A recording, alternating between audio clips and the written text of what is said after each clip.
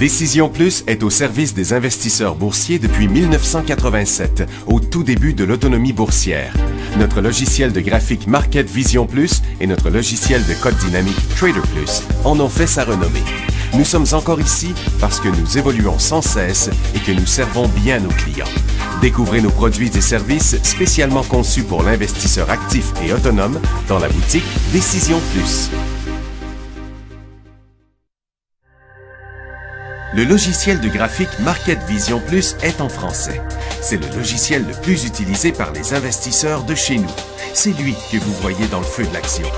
Trouvez, classez et analysez plus facilement avec cet outil sans pareil pour suivre la bourse et prendre les meilleures décisions. Gardez vos titres à l'œil avec Market Vision Plus. Consultez la boutique Décision Plus pour en faire l'essai pendant 10 jours sans aucun frais, c'est garanti.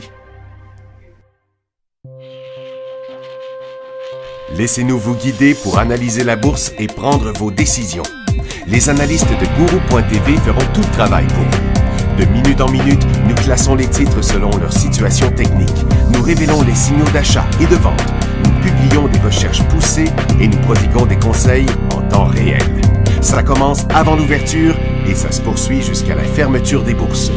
Profitez de chaque cycle boursier avec Guru.tv. Trader Plus, l'instrument du day trader. 50 cotes qui clignotent en même temps. Autant de listes que vous voulez. Graphiques à la seconde. De 3 à 30 graphiques. Des alarmes à volonté. Des listes de cotes préparées. Des modèles graphiques préparés. Prêts à faire feu. Achetez, vendez avec Trader Plus.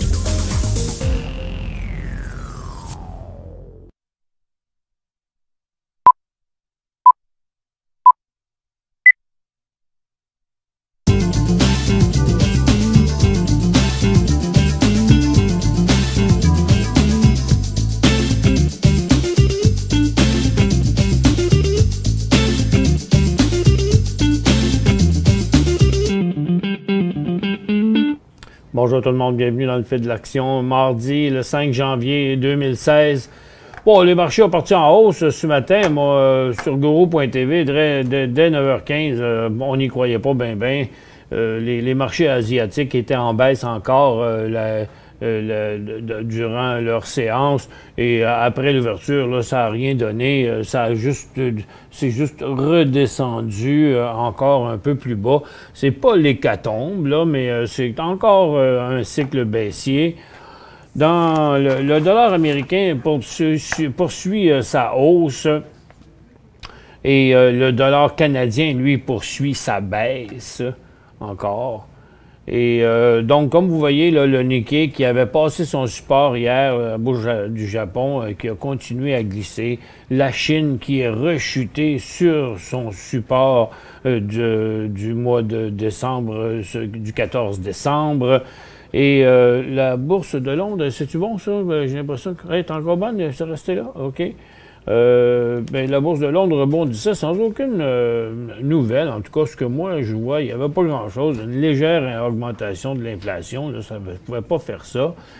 Le SPY est en baisse légèrement, même pas un dixième, c'est à peu près 6 dixièmes de 1%. C'est même pas perceptible. Le Nasdaq qui est allé en hausse fait du surplace. On va le voir, est mieux ici. Donc, Nasdaq fait du surplace après avoir été en hausse ce matin. Le Dow Jones, qui est parti légèrement en hausse, maintenant est en baisse. Et le TSX aussi en légère baisse. Donc, il n'y a toujours pas rien de vraiment haussier encore là-dedans. Et la Chine, ils ont injecté 20 milliards dans le système hier.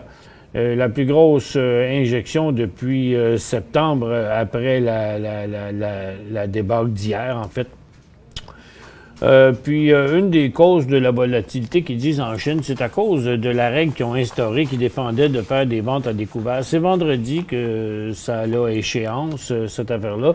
C'est aujourd'hui qu'ils devraient prendre la décision à savoir est-ce qu'ils vont la maintenir ou pas. J'ai quelques nouvelles.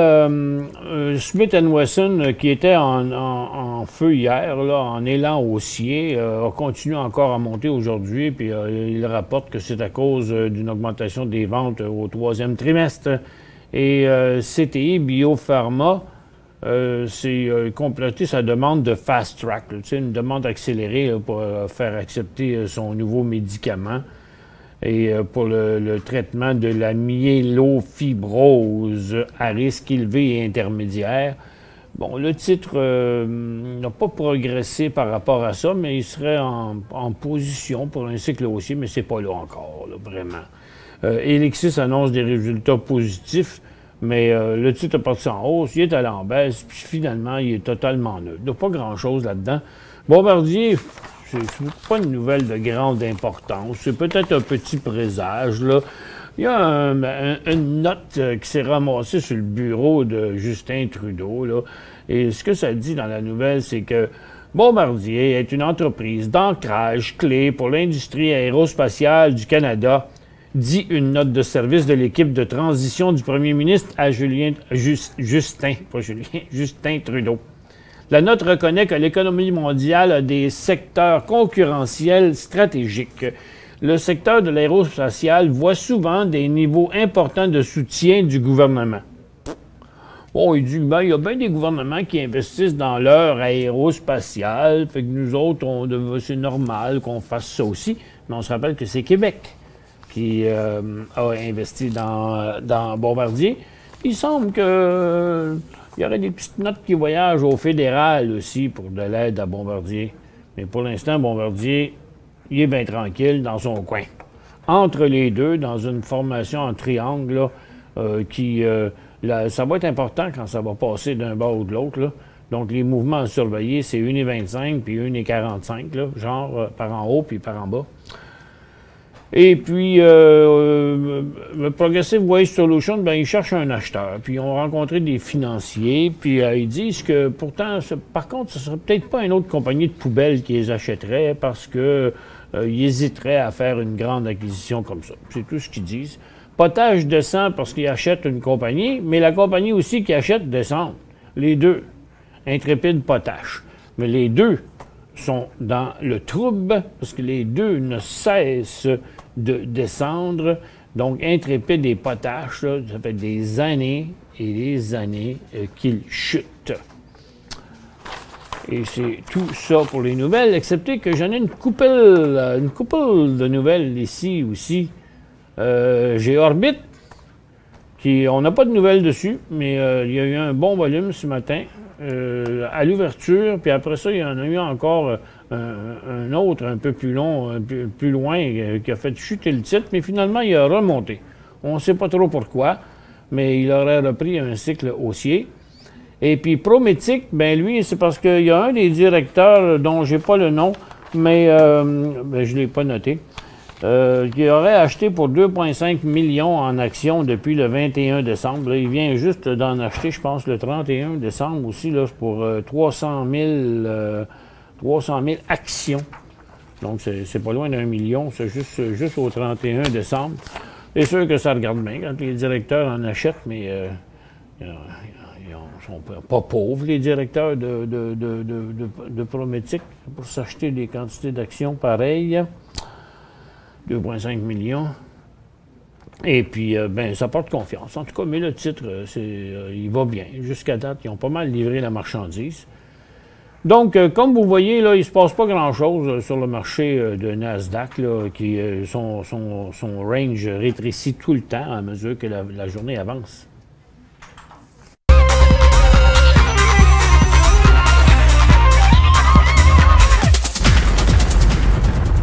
Et puis, si vous regardez bien, c'est vraiment un mouvement de marché là, qui ne sait pas trop où qui s'en va. Parce que vous voyez cette formation-là sur Nasdaq, on a exactement la même formation sur le Dow Jones. Donc, par contre, la situation est plus négative que positive parce qu'on retourne toujours sur le même plancher. Mais les hauts sont toujours moins hauts, ce qui laisse penser que, bon, ça pourrait continuer à glisser encore. Et même le TSX nous montre la même chose. Donc, les 4 marchés, là, que ce soit le Dow, le Nasdaq, le Dow Jones, le TSX ou le SP500, vous le voyez à l'écran, là, les 4 montrent exactement la même chose. On pourrait juste tout simplement faire le même petit dessin partout, formation en triangle. Donc, c'est-à-dire que l'écart entre le haut et le bas diminue tout le temps, ce qui dit que, bon, on arrive dans le bout de l'entonnoir. Il va bien falloir, tôt ou tard, que ça prenne une direction.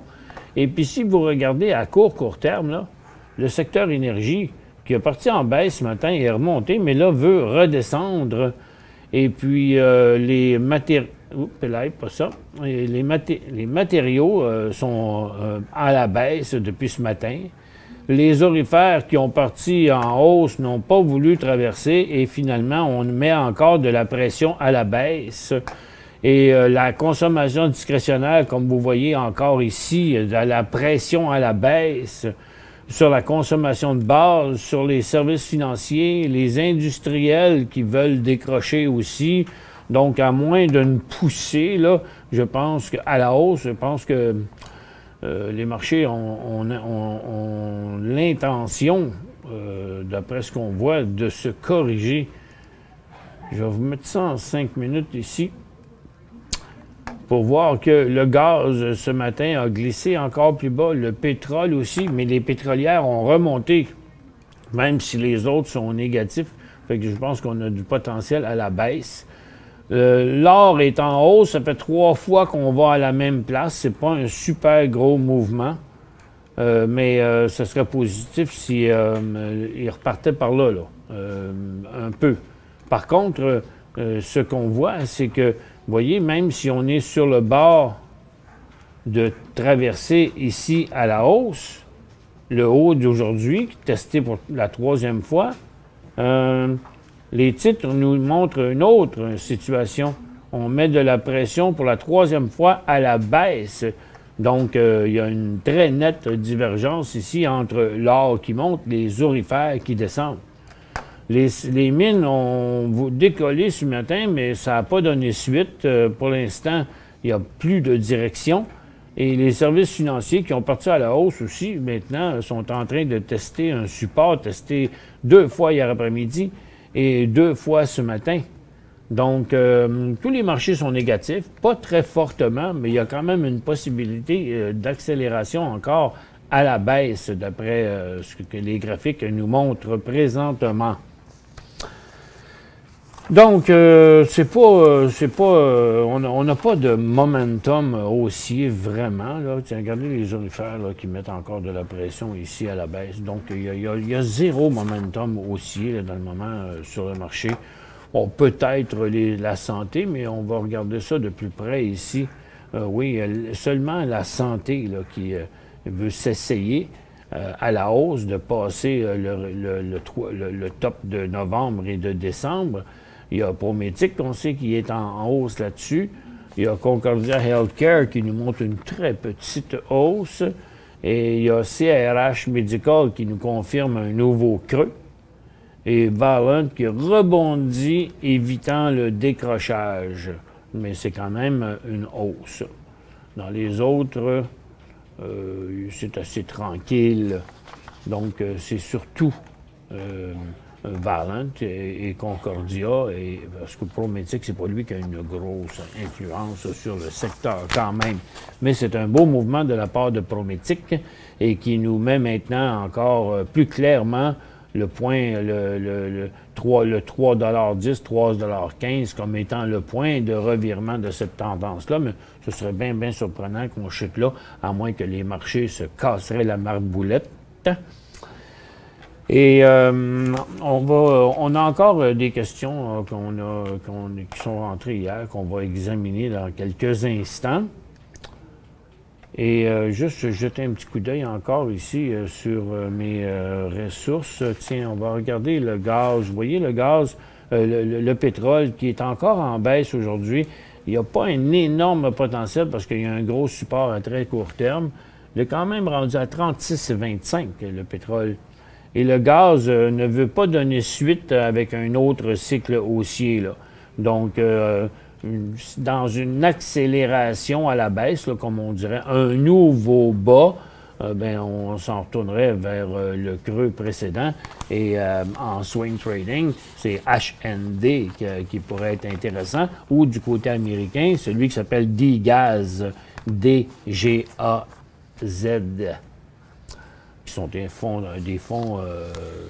sur le gaz, mais baissiers, là, pour jouer le gaz à la baisse. Pour joindre Michel Carignan et son équipe par courriel, écrivez à michelcarignan@decisionplus.com. 5 bonnes raisons de gérer vos investissements avec Banque Nationale Courtage Direct. Des frais de commission fixes à 9,95 en tout temps pour tous les clients et à partir de seulement 6,95 si vous êtes un investisseur actif. Aucun frais d'administration annuel si vous détenez plus de 20 000 $ dans vos comptes. La possibilité d'ouvrir des comptes enregistrés en devise américaine. Des outils performants afin de faciliter vos prises de décision. Un service à la clientèle primé et un niveau de satisfaction parmi les plus élevés de l'industrie. Pour en savoir plus, visitez le bncd.ca ou appelez-nous dès maintenant. Décision Plus est au service des investisseurs boursiers depuis 1987, au tout début de l'autonomie boursière. Notre logiciel de graphique Market Vision Plus et notre logiciel de code dynamique Trader Plus en ont fait sa renommée. Nous sommes encore ici parce que nous évoluons sans cesse et que nous servons bien nos clients.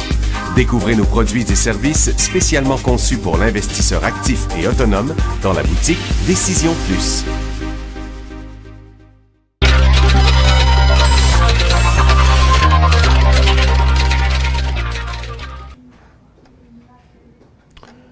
Je dirais que le potentiel à la baisse, ce serait de 4009 à 4850. Ce serait une cinquantaine. On voit ici le marché de Nasdaq là, qui reprend à la baisse, qui met de la pression sur son support. Donc, il y a une possibilité d'une cinquantaine de points. Du côté du Dow Jones, c'est plus de 17 100 à 16 950. Donc, c'est comme 150 points. Et pour le SPTT, c'est plus un 250 là, facile, ou plutôt non, encore un autre 150 points là aussi, environ, avec la possibilité. Donc, si on met ça dans un graphique en minutes, vous allez voir que ce qui se passe là, présentement, là, le Nasdaq, comme vous le voyez, est en train de rechuter à une zone de support assez importante. Donc, chacun des indices s'en va dans cette direction-là. Là. Donc, si on passe les 17 075 sur le Dow Jones, on va sûrement se rendre à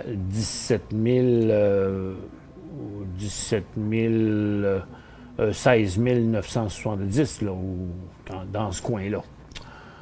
Donc, c'est ce qui a l'air de vouloir faire les marchés, à moins que la situation soit sauvée.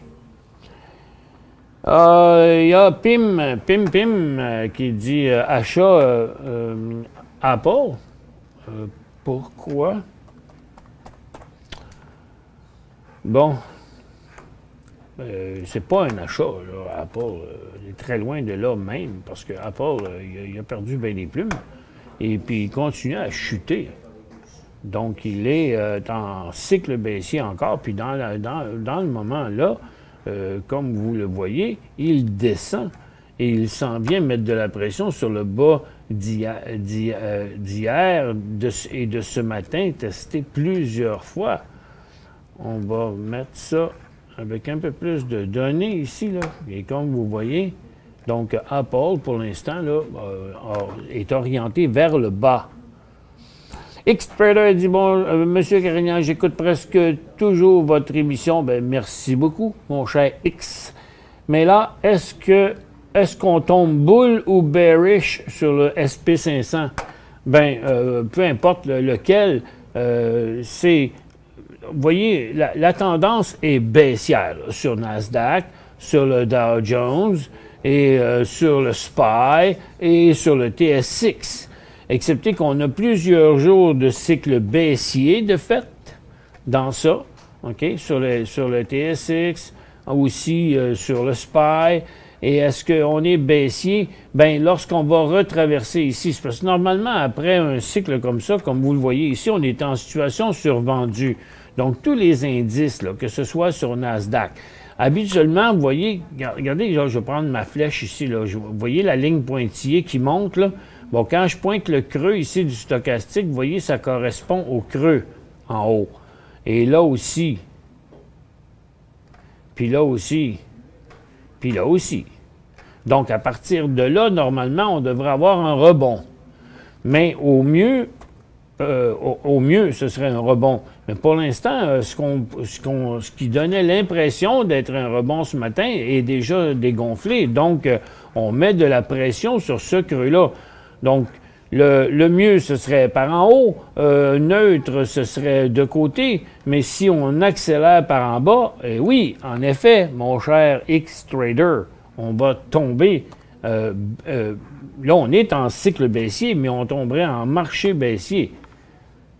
Lorsque on va s'enclencher par là, puis on pourrait bien retourner à 4500 sur le Nasdaq, à 16 000 pour le Dow, à 185, 190 pour le SPY, et le TSX, bien là, c'est plus compliqué, c'est 12 000. Là, on est à 12 886. Donc, on a quand même quelques centaines de points à perdre, là. CGC, ça c'est bien CGG plutôt. Bien, Canopy, en passant, il y aura un signal d'achat en haut de 3 piastres. Mais c'est CGG. J'avais le mauvais symbole. China Gold International Resources acheté. Bon, la question était d'hier. C'est parce que vous voyez ici, là, mais il n'est pas traversé encore. Allez-y pas trop proche. Là. Ça prendrait un prix, là, genre 2,25 piastres avant qu'on s'embarque là-dedans. Achat ATD.B. ATD.B. Non, sûrement pas. Pourquoi? Parce que Couche-Tard, Alimentation Couche-Tard, là, pour l'instant, il est en cycle baissier. Il met de la pression encore à la baisse, là, au moment présent.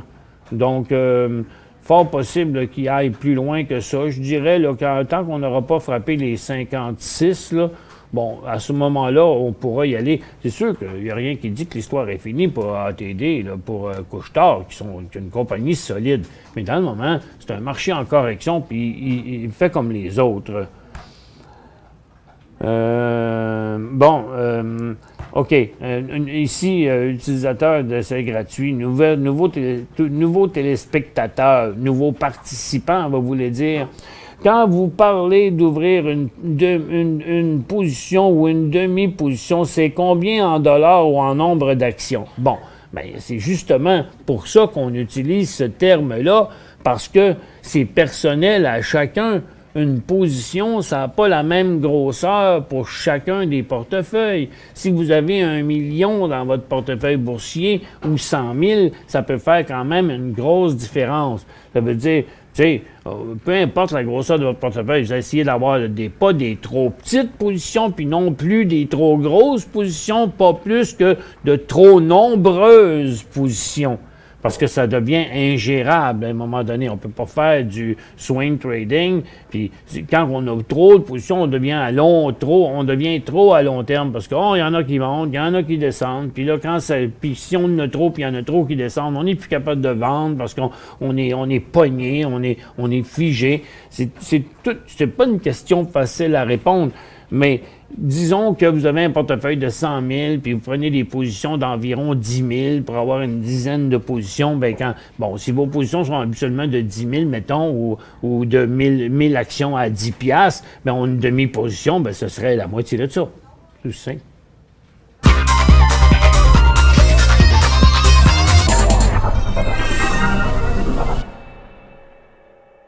5 bonnes raisons de gérer vos investissements avec Banque Nationale Courtage Direct. Des frais de commission fixes à 9,95 en tout temps pour tous les clients et à partir de seulement 6,95 si vous êtes un investisseur actif. Aucun frais d'administration annuel si vous détenez plus de 20 000 $ dans vos comptes. la possibilité d'ouvrir des comptes enregistrés en devise américaine, des outils performants afin de faciliter vos prises de décision, un service à la clientèle primé et un niveau de satisfaction parmi les plus élevés de l'industrie. Pour en savoir plus, visitez le bncd.ca ou appelez-nous dès maintenant. Laissez-nous vous guider pour analyser la bourse et prendre vos décisions. Les analystes de Guru.tv feront tout le travail pour vous. De minute en minute, nous classons les titres selon leur situation technique. Nous révélons les signaux d'achat et de vente. Nous publions des recherches poussées et nous prodiguons des conseils en temps réel. Ça commence avant l'ouverture et ça se poursuit jusqu'à la fermeture des bourses. Profitez de chaque cycle boursier avec Guru.tv.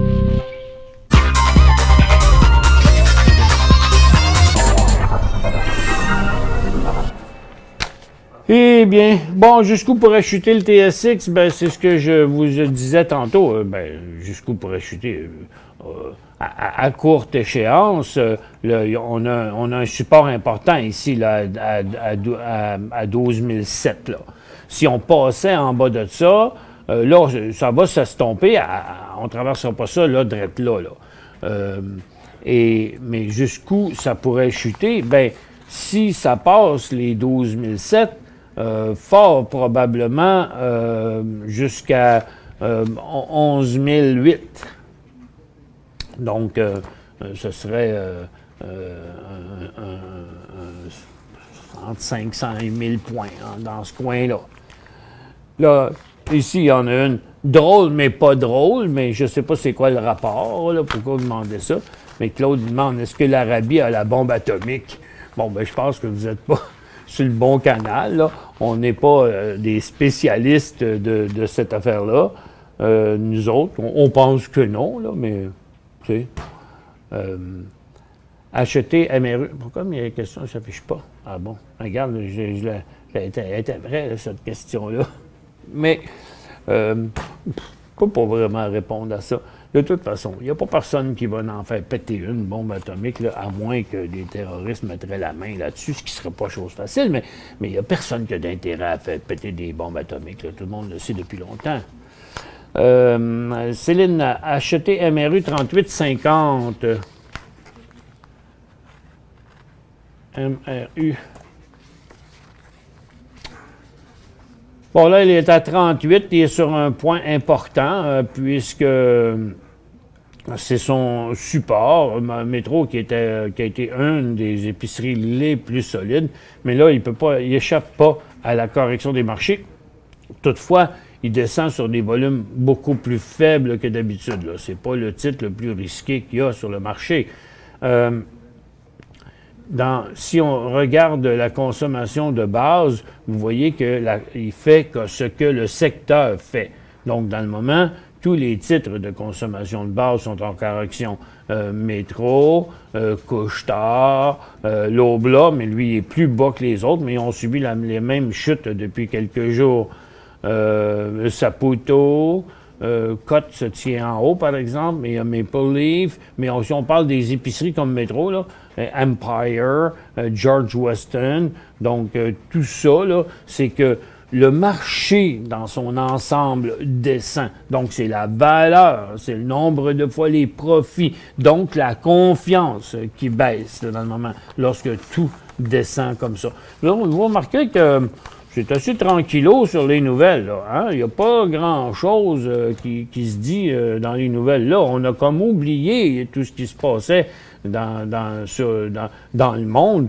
On ne parle que de la Chine de ce temps-ci.